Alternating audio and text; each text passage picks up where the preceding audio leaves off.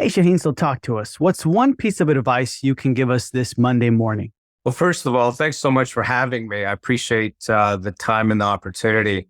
This notion, we're talking private sector, we're talking practitioners that want to stay in the private sector. So we're not talking DSOs, we're not talking DPOs, we're not talking multiple practices and multiple associates and 25 or 30 plus employees. In a single small business, in a single dental practice, small business in the private sector, what you need to focus on is you need to focus on your financial numbers. The health of your business trumps everything else.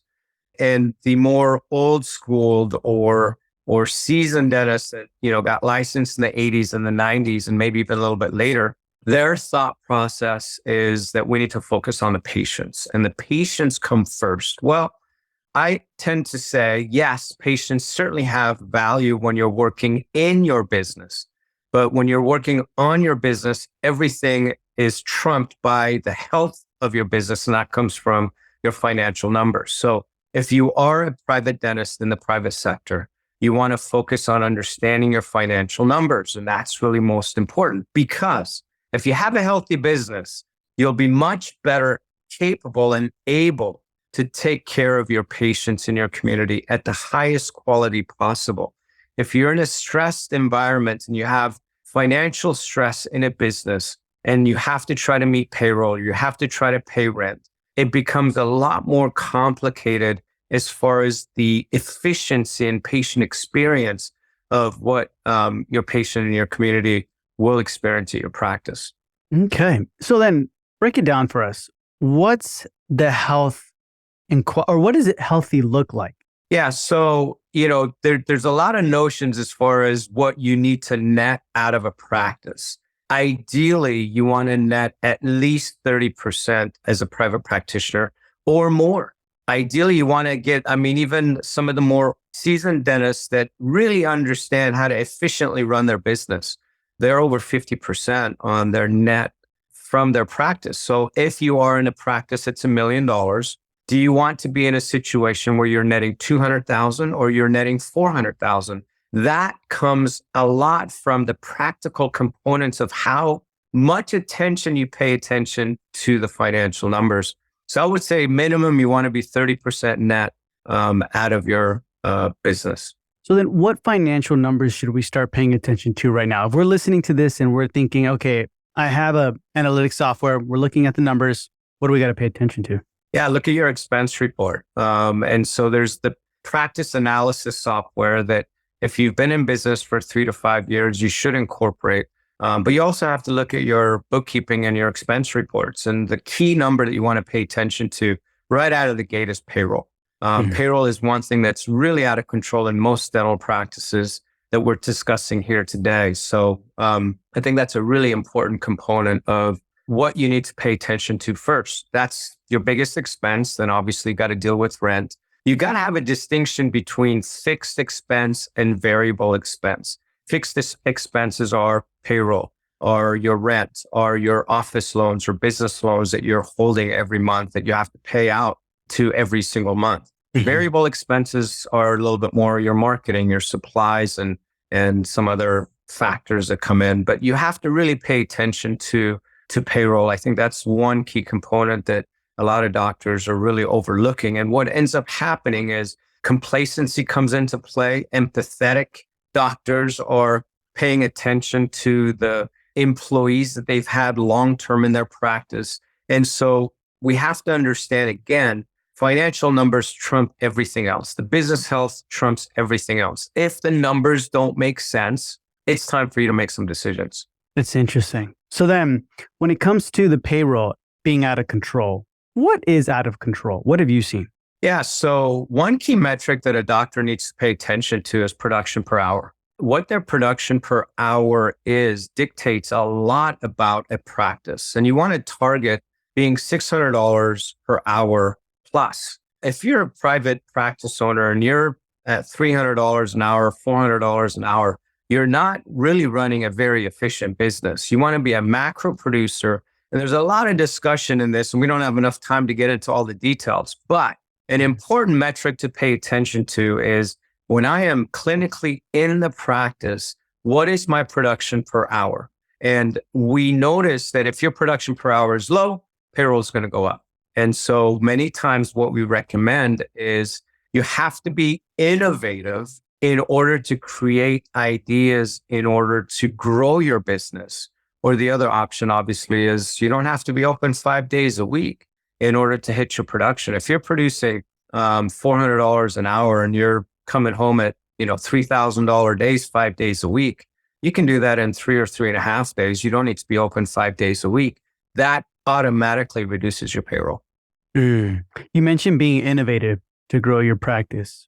What have you seen where they're like, wow, that's innovative? Yeah, so there's not much innovation in doctors. And unfortunately, the reason is because we're not business owners. We're not built and developed as a business owner. We're clinicians. So many times what we end up doing when we want to learn to be innovative, we go and learn more clinical dentistry.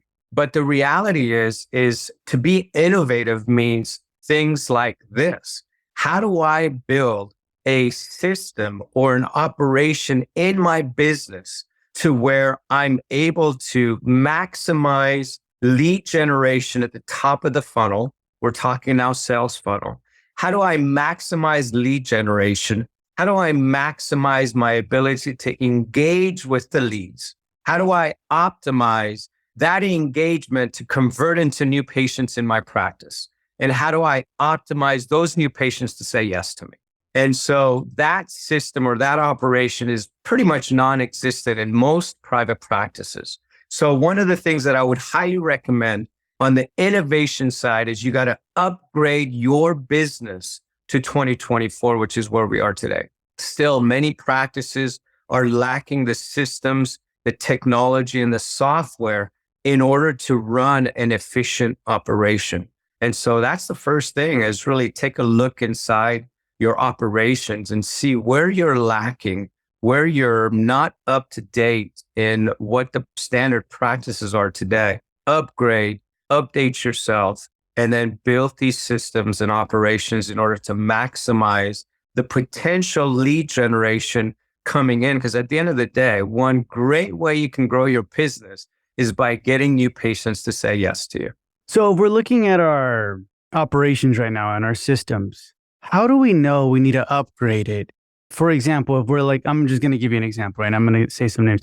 So if we're like using Solution Reach, right? Like old school Solution Reach and stuff like that. And there's new software coming out, yeah, and all these things. But as a practice owner, how do I know, you know what I mean? Like if I'm not even in the know. So let me give you a couple examples. If you still have a traditional phone system and you don't have a VoIP phone system, you're outdated. Meaning, when a new patient calls, they're all centralized in one area or one phone line, you're outdated. So what you need to do is create yourself a VoIP phone system. That VoIP phone system will allow you an opportunity to separate. So when you call my office, it will say, if you're a new patient, click 1, all other callers click 2. Well, here's how it starts. If you're a new patient, you click 1, you go into a certain funnel in my business. There's a different person that's a dental concierge that's going to connect with you. That concierge is going to be an individual that is going to be your point of contact through your patient experience at my office.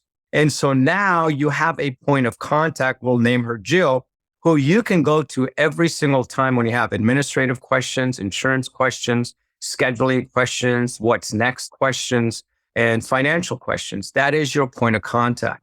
Now, in more complicated practices, they'll have obviously an insurance coordinator. So there might be some steps or some others that are going to be involved behind Jill that are going to support you. But that's one thing. The other thing is we have to have a phone tracking system. So we need to be able to listen to phone calls, actually listen to phone calls, not have the phone call software and not listen. So you can have the software and not take advantage of it. That becomes an expense. If you have software and you take advantage of the software and its capabilities, that becomes an investment in your practice. So you listen to the phone, you understand why you have a poor engagement in your front desk with the lead generations that are coming in. Remember, The only responsibility of a marketing firm is to generate leads for you and nothing else.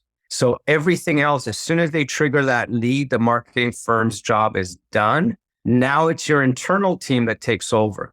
And this internal team is a team that the doctor is not innovative enough to understand how to manage, how to run like a professional organization. At the end of the day, the owner is a dentist, but first he's an owner of a corporation. That corporation needs to run like a professional team, which means that dentist owner is the vice president and the general manager of the talent that he has on his team. Well, how do you manage that talent that's on your team? What ends up happening is that owner dentist opens a dental practice, forgets about the corporation, forgets about the professional environment, and just wants to practice dentistry, doing the type of dentistry that they want to do. So they open a practice to become self-employed. They don't open a practice to run a corporation. So innovative means this mindset that I am first a CEO of my corporation. And second, I'm a dentist practicing within the corporation. That's why we have a W-2 draw for the owner dentist. Interesting. Okay. So that's on the top of the funnel, right? Mhm. And then it trickles down to so many other factors that we can discuss as well, depending on how much time we have. No, yeah, that was wonderful. I appreciate it. Awesome, Shahin. Thank you so much. And if anyone has further questions or concerns, where can they reach out to you? Yeah, just follow me at Dr. Shahin Safarian, Dr. Shahin Safarian on Facebook, LinkedIn, or Instagram. And then just send me a DM, send me a direct message on one of those channels. I'll be happy to connect with you and give you some more guidance on what you need to do next. Awesome, Shahin. Thank you so much for being with me on this Monday morning episode. You got it, buddy.